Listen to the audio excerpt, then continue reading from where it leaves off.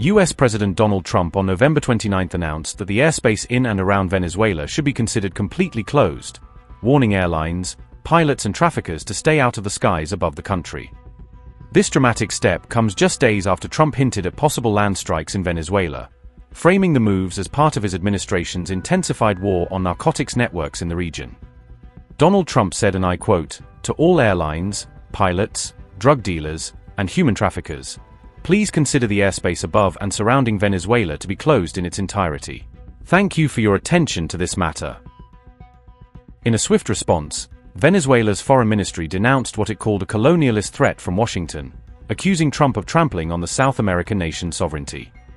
Caracas branded the airspace declaration an extravagant, illegal, and unjustified act of aggression, insisting that only Venezuela has the authority to decide who can fly through its territory.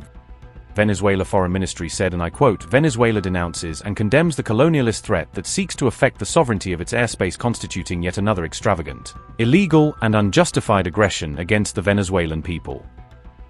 Trump's airspace move coincides with a major US military buildup in the Caribbean, including the deployment of powerful naval and air assets near Venezuelan shores.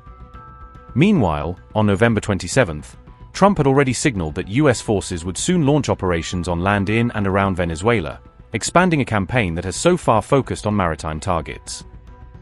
The US president also boasted of major progress in cutting narcotic shipments by sea, pointing to a series of strikes on suspected drug boats as proof his strategy is working. All of you are backbone of America, and you really are the backbone of America's air power. And in recent weeks, you've been working to deter Venezuelan drug traffickers, of which there are many. Of course, there aren't too many coming in by sea anymore, if you probably noticed that, from sending their poisons into the United States, where they kill hundreds of thousands of people a year. But we're going to take care of that situation. We're already doing a lot.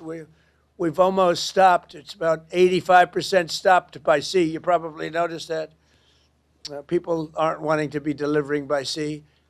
And we'll be starting to stop them by land also. The land is easier, but that's going to start very soon. We warned them, stop sending poison to our country.